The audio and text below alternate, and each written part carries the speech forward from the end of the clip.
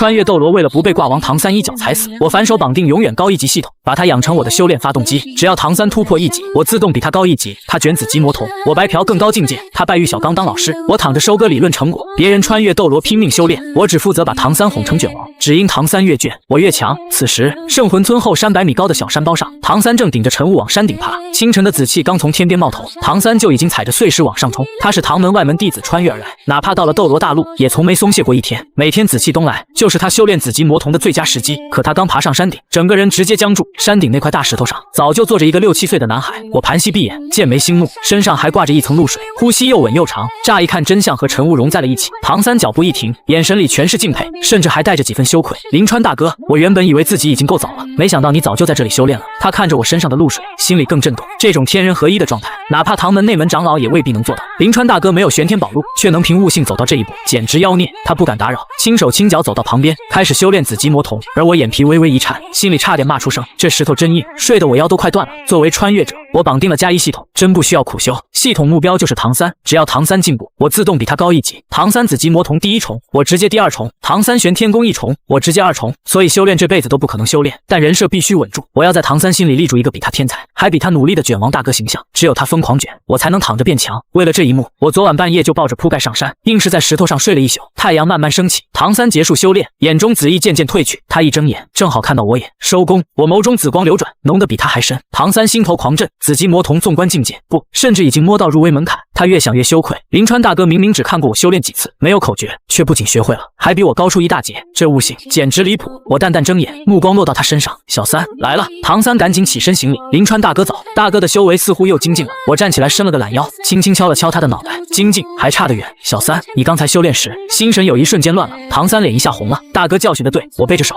语气压得很稳，修行如逆水行舟，不进则退。你的天赋本就不如我，要是再不加倍努力，将来怎么在这个弱肉强食的世界立足？你看我在这里做了一夜，可曾喊过一句苦？唐三眼眶微红，他父亲唐昊整日醉生梦死，家里全靠唐三自己踩着凳子做饭。我是村里无父无母的孤儿，却经常把老杰克给我的鸡蛋肉干分给他，还会替他缝衣服。在唐三心里，我比那个不靠谱的老爹更像亲人。他握紧拳头，眼神重新坚定。我明白了，临川大哥，我一定加倍努力。我满意点头，心里差点笑开花。丁，检测到宿主激励唐三成功，唐三修炼意志增强，修炼效率提升，宿主获得反馈，全属性加1。我背着手往山下走，回去路上用鬼影迷踪，别浪费任何锻炼机会。唐三立刻跟上。好，崎岖山路上，唐三身形灵动，如履平地。我也施展鬼影迷踪，步伐看似随意，却总比他快一点。唐三盯着我的背影，暗暗发誓，总有一天他要追上临川大哥，绝不能让我失望。回到村里，我们直奔唐三家的破土坯房，门口挂着破旧铁匠铺招牌，屋里全是宿醉后的酸臭味。唐三熟练成粥摆咸菜，爸爸吃饭了。门帘一掀，一个高大魁梧却邋里邋遢的中年男人走出来，正是隐居的昊天斗罗唐昊。唐昊抓起碗大口喝粥，扫了我一眼，鼻腔里哼了一声，算是打招呼。他对我心情很复杂，身为封号斗罗，他能察觉我远超同龄人的成熟，也能看出我对唐三是真心实意。我笑眯眯挥手，唐昊叔叔早。就在这时，门外传来老杰克的嗓音，小三，小川在家吗？老杰克拄着拐杖进门，嫌弃地瞪了唐昊一眼。唐昊，今天什么日子你忘了？1年1度武魂觉醒仪式，赶紧让小三跟我走。唐昊头也不抬，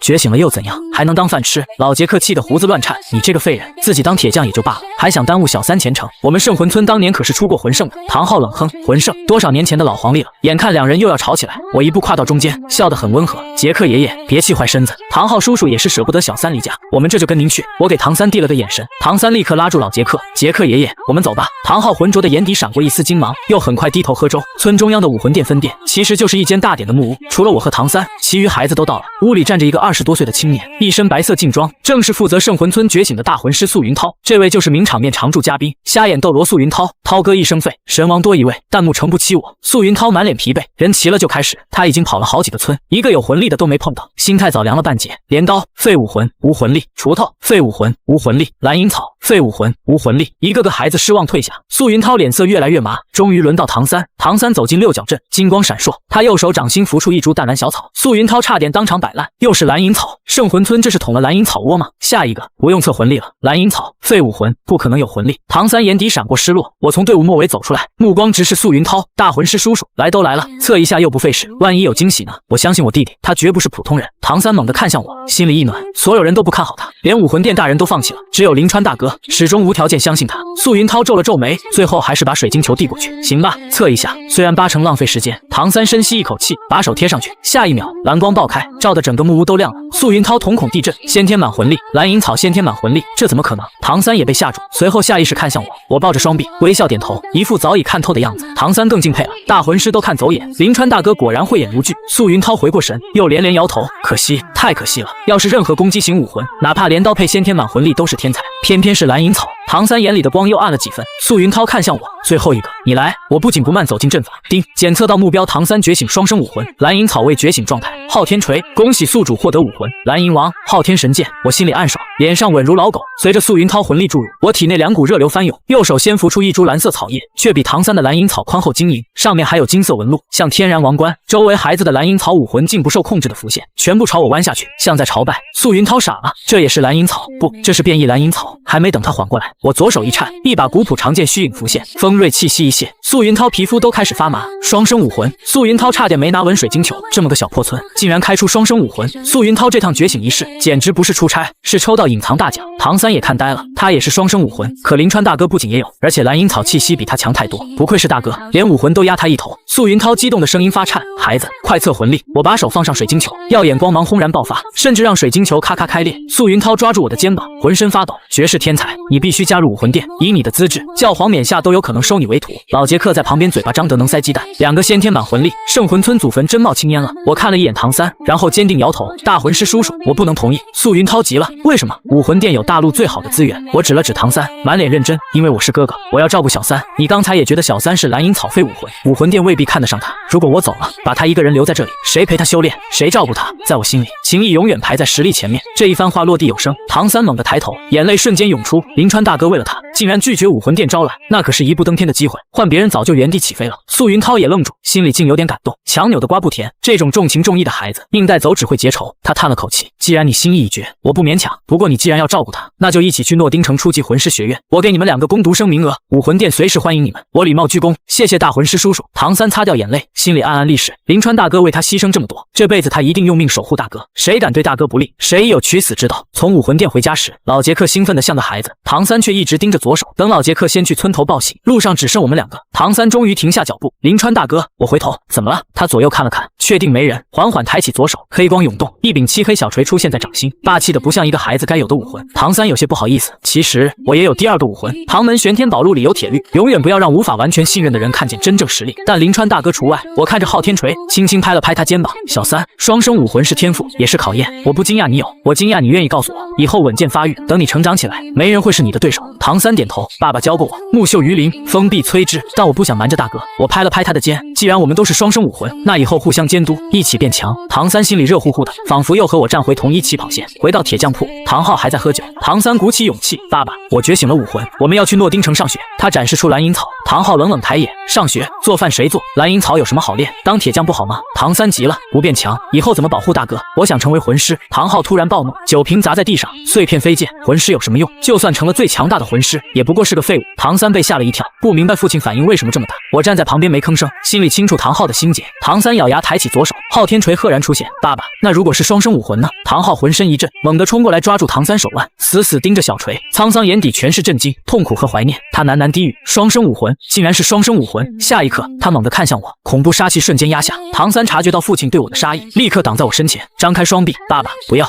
是我主动告诉林川大哥的。唐昊怒火更盛：你清不清楚这会给你带来灭顶之灾？唐三急得眼睛都红了，不就是双生武魂吗？林川大哥不会泄露出去，他也是先天满魂力，也是双生武魂。刚才武魂殿的大人想让他加入武魂殿，还承诺给他最好资源，甚至教皇都有可能收他为徒。唐昊杀气一滞，唐三哽咽着继续，可林川大哥拒绝了。他为了照顾我，为了不让我一个人孤零零留下，当面拒绝了武魂殿。他把情谊看得比实力更重。爸爸，林川大哥怎么可能害我？你若要伤害他，就先杀了我。唐三最后几乎是吼出来的。我站在后面又欣慰又尴尬，我有这么好吗？唐昊愣住，他看着挡在我身前的瘦小身影，又看了看我毫无惧色的样子，眼中红光慢慢褪去。他松开手，颓然坐回椅子。喝了这么多年酒，他差点连自己都喝废了。曾经的昊天斗罗，竟然堕落到差点对一个孩子出手。唐昊闭上眼，像瞬间老了10岁。拒绝武魂殿，好一个重情义。他低声开口：“林川，我不卑不亢。”唐叔叔，唐昊声音沙哑：“谢谢你照顾小三。既然你们决定去诺丁城，那就去吧，我也该清醒一下了。”接下来3个月，唐昊开始传授唐三乱披风锤法。每天下午，铁匠铺里全是叮叮当当的打铁声。唐三挥汗如雨，每一锤都拼尽全力。我搬了把躺椅，躺在门口晒太阳，嘴里叼着蓝银草，手里摇着扇子，偶尔点评2句：“小三，腰部发力不对，要像弹簧一样，那一锤轻了，节奏乱了。”唐三一边挨训一边调整，心里却更佩服林川大哥，看似躺着，实际一定在脑海里演练更深技巧，仅凭声音就能听出他的失误，这份听劲功夫深不可测。丁，检测到唐三领悟乱披风锤法精髓，熟练度提升，恭喜宿主获得剑技乱披风剑舞，基于乱披风原理改良，速度更快，剑气可无限叠层，恭喜宿主体质加1。我舒服的翻了个身，小三啊，你挥洒的是汗水，哥哥耗费的是脑力，加油卷，我看好你。3个月后，唐三成功打造出一块百炼金铁，唐三兴奋地擦掉汗，转头看向我：“大哥，我成功了。”我睁开眼，随手捡起一根树枝，轻轻一抖，树枝在半空划过，瞬间绽出9朵剑花，啪的一下，树枝点在百炼金铁上，没断，反而留下一个深深白印。唐三震惊的呼吸一滞，这是把乱披风的借力打力融进了剑法里。林川大哥只是看他打铁，就领悟并化繁为简了。我丢掉树枝，顺手装了一波。小三，你这锤法还有瑕疵，不过对初学者而言已经不错。唐三既受打击又被鼓舞，原来林川大哥这3个月创造出了自己的剑法，他还要学多久才能赶上大哥？我拍了拍手，收拾东西吧，老杰克爷爷要来接我们了。从圣魂村到诺丁城并不近，老杰克精神头十足，一路叮嘱我们到了学院要听老师的话，别打架，吃饭别省，长身体要紧。唐三听的耳朵都快起茧，却发现我始终神色平静，嘴角还挂着淡笑，时不时点头回应。他心里一凛，林川大哥这是在练心。泰山崩于前而色不变，把修行融进生活细节。面对老人唠叨，他不急不躁，这是磨耐性、养心境。反观自己，竟然生出烦闷，格局太低。唐三立刻深吸一口气，学着我认真聆听。我瞥见他突然宝相庄严的样子，心里差点笑出声。终于，诺丁城初级魂师学院大门出现在眼前。老杰克整理衣衫，带我们上前，却被门房拦下。门房鼻孔朝天，干什么的？乡下佬，离远点。老杰克陪着笑拿出证明，小兄弟，我们是圣魂村的，这2个孩子是今年攻读生，来报名。门房一把夺过证明，阴阳怪气，圣魂村那种穷地方还能出魂师，还2个先天满魂力，草鸡窝里飞金凤凰，这证明肯定假。他把证明往地上一甩，还想推搡老杰克。唐三眼底寒光一闪，袖剑已经上膛，可我更快挡在老杰克身前。我没有开口，只静静看着门房。下一刻，一股无形剑意从我身上爆开，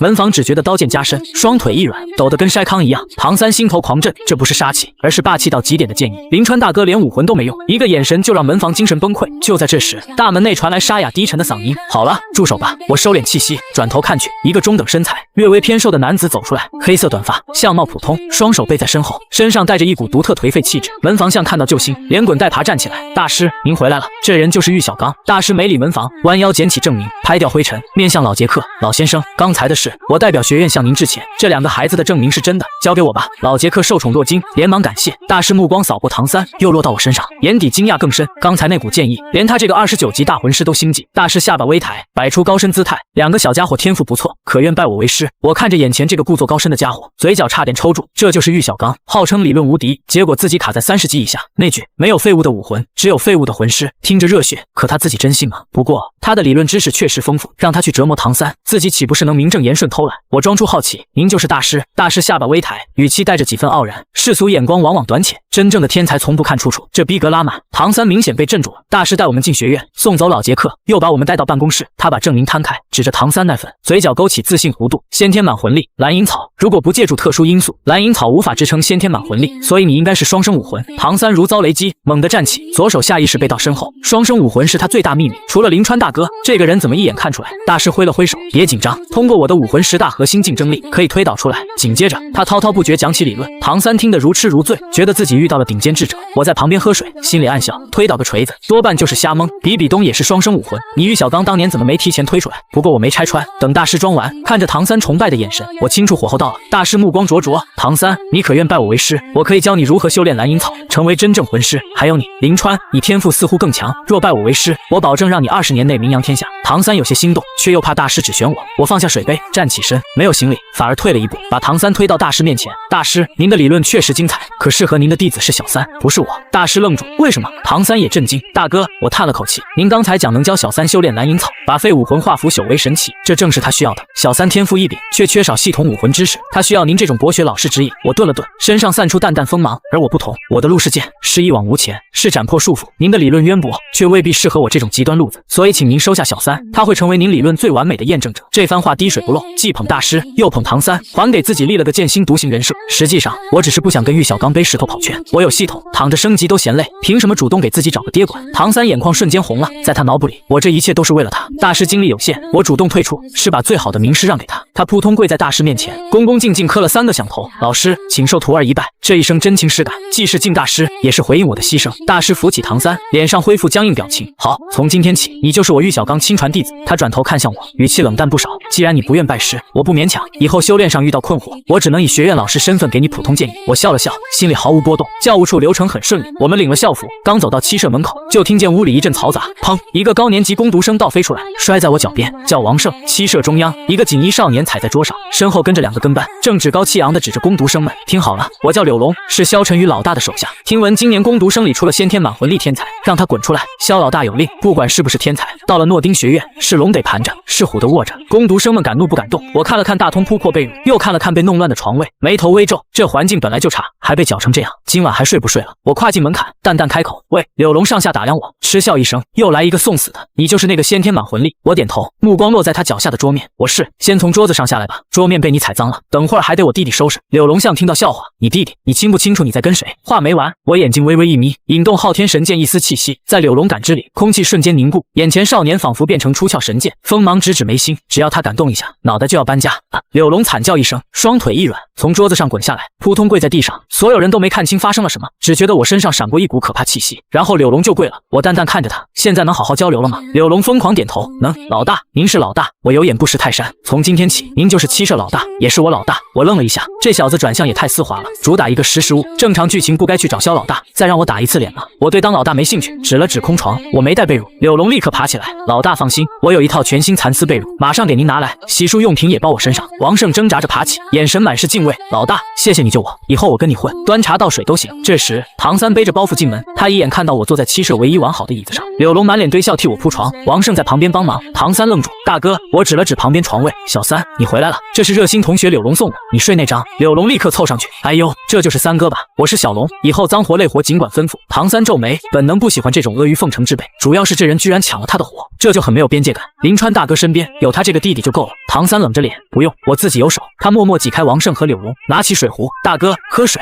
作为弟弟伺候大哥这种活，怎么能让外人抢？七舍刚安静下来，门口突然传来清脆嗓音：“这里是七舍吗？”众人回头，一个粉色校服小姑娘站在门口，头上戴着兔耳装饰，大眼睛眨巴眨巴，可爱的很。小舞来了，她跳进屋，双手叉腰，我叫小舞，跳舞的舞。听闻这里规矩是谁最厉害谁当老大，现在老大是谁？我要跟他打一场。众人目光齐刷刷看向正在喝茶的我，我放下茶杯，看着这只10万年流氓兔，心里有点想笑。打架太累，没空，我就是老大，不过我不打女人，你想当老大，给你好了。小舞眼睛一亮，又觉得太没意思，不行，必须打过才算数。他脚尖一点，身形如电，蝎子便直奔我脖子甩来。放肆！还没等他靠近我3尺，唐三如鬼魅般挡在我身前。林川大哥已经懒得动手，这小丫头还敢锁喉？大哥乃剑中高人，岂能跟小丫头一般见识？这种小场面，自然由他这个弟弟代劳。唐三施展鬼影迷踪，瞬间抓住小舞手腕，控鹤擒龙借力一甩，两人眨眼交手数回合。小舞柔技精妙，唐三身法诡异，最后唐三顾及她是女孩子，没有下重手。小舞也惊讶于唐三实力，两人各自退开。小舞眼睛发亮，好厉害，你比那个坐着不动的家伙强多了。我不挑战他了，我挑战你。唐三挡在我身前，冷冷盯着他，你挑战我没关系，但不许打扰我大哥休息。还有，我大哥不出手，是因为你没资格让他出剑，若他动手，你现在已经是一具尸体。小舞被他严肃表情吓了一跳，吐了吐舌头，切，吹牛，不打就不打嘛。我坐在后面，看着唐三护犊子的样子，心里乐开花。丁，检测到唐三主动维护宿主威严，并击退小舞，系统反馈宿主身法+1。我起身拍了拍唐三肩膀，好了，小三，都是同学，点到为止。小舞是吧？你想当老大可以，以后七舍卫生你负责。小舞立刻炸毛，凭什么？我一脸认真，老大就是要负责卫生，这是七舍惯例，不信你看上一代老大王胜。小舞看了看我，又看了看冷峻的唐三，总觉得哪里不对。王胜在旁边拼命点头，憋得嘴角都快抽了。第二天一早，玉小刚来到七舍门口，小三，准备好了吗？今天我带你去猎魂森林，获取第一个魂环。唐三早就收拾好了，却没有立刻动身，而是看向正在床上睡懒觉的我，老师，能不能带林川大哥一起去？他也是先天满魂力，也需要魂环。大师眉头微皱，他对我拒绝拜师还耿耿于怀，在他看看来我天赋虽高，却太傲，不摔个跟头就不懂理论珍贵。大师沉声，唐三，猎魂森林不是儿戏，我照顾你已经很费神，如果再加一个……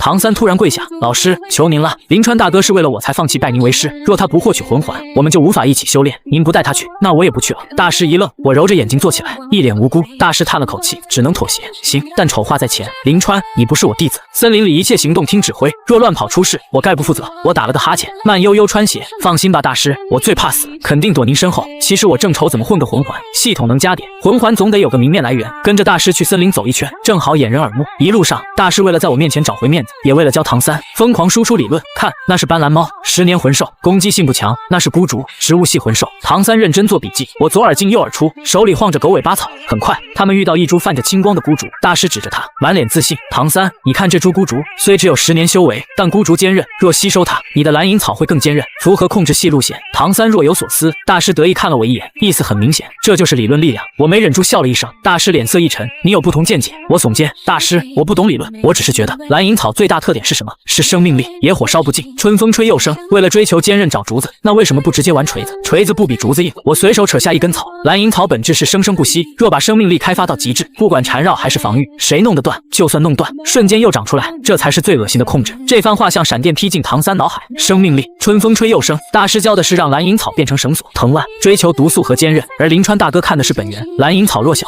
是因为随处可见，可也正因为随处可见，它的生命力才最顽强。大师却嗤之以鼻，幼稚，生命属性魂兽有多难找，你清楚吗？前期生命属性几乎没有攻击力，难不成让唐三变成只能加血的辅助魂师？蓝银草本就普通，若不走控制和毒素路线补足杀伤，那才真废了。这话听着很有道理，可问题是，他又一次把蓝银草看窄了。唐三夹在中间，左右为难。老师有理，大哥更有理，我懒得争，顺手把草叶丢到一旁，实践出真知。小三，听你老师的，毕竟他是专业的。这句专业的，大师听着怎么都刺耳。唐三却自动脑补，大哥这是顾全大局。虽然他路子野，却比谁都清楚自己现在缺什么。自己魂力低，缺实战，最需要先按老师稳妥路线，拥有自保能力。大哥宁愿唱白脸，也要让他安心学习。唐三看着我懒散背影，眼眶又红了。夜幕降临，三人在猎魂森林露营。大师一边给罗三炮喂白萝卜，一边继续给唐三灌输武魂知识，从魂兽习性到魂力流转，再到10大核心竞争力。唐三听得极认真，腰背挺得笔直，还不断抛出很有深度的疑惑。大师越看越满意。反观我，早找了棵舒服大树，靠着树干，双手枕在脑后，还弄了片大树叶盖身上。很快传出轻微鼾声。大师看着我，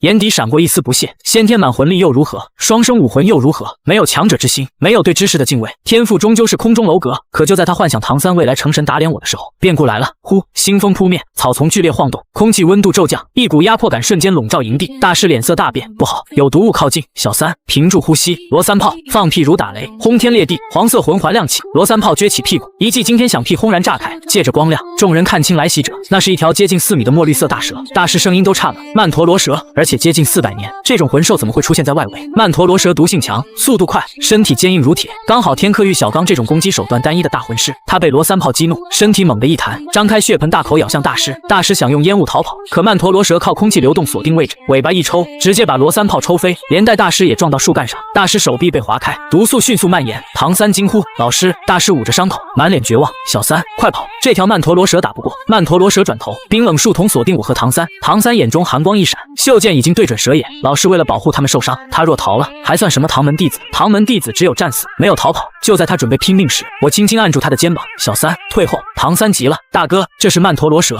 速度极快。”我向前迈出一步，打着哈欠，声音平静的可怕：“敢吵我睡觉？不清楚小孩子长身体需要睡眠吗？半夜扰民是要付代价的。”面对凶残魂兽，我没有召唤昊天神剑，杀鸡焉用牛刀，对付400年小蛇，用神剑太欺负蛇。我右手抬起，掌心涌出璀璨蓝金光芒。蓝银王武魂虽没吸收魂环，但本源压制力已经不凡。我手指轻轻一勾，周围普通蓝银草仿佛接到君王号令，疯狂疯长，瞬间编织成大网，把扑来的曼陀罗蛇死死缠在半空。曼陀罗蛇拼命挣扎，鳞片割断不少藤蔓，可藤蔓断裂后，又以肉眼可见速度愈合再生，越缠越紧。这就是我白天提过的生生不息。曼陀罗蛇发出惊恐嘶鸣，体内力量被藤蔓一点点吞走。大师看傻了，不需要魂环，蓝银草也能有这种威力，这怎么可能？纯靠生命力硬控曼陀罗蛇，这完全超出他的认知。我控制藤蔓把曼陀罗蛇勒得翻白眼，骨头咔咔作响，却没有下死手。小三，唐三猛地回神，我看向他，他动不了，交给你。唐三震撼到心跳狂飙，这就是临川大哥的生命路线，不用毒，不硬拼，靠无穷生长和再生，就硬生生困住400年曼陀罗蛇。而且大哥明明能轻松杀掉取魂环，却把机会留给了他。唐三握紧短剑，谢谢大哥。紫极魔瞳锁定弱点，短剑化作寒光，精准刺入蛇眼。曼陀罗蛇剧烈抽搐几下，终于不动。黄色魂环缓缓升起，大师已经震撼到发不出声，他捂着伤口看看向我，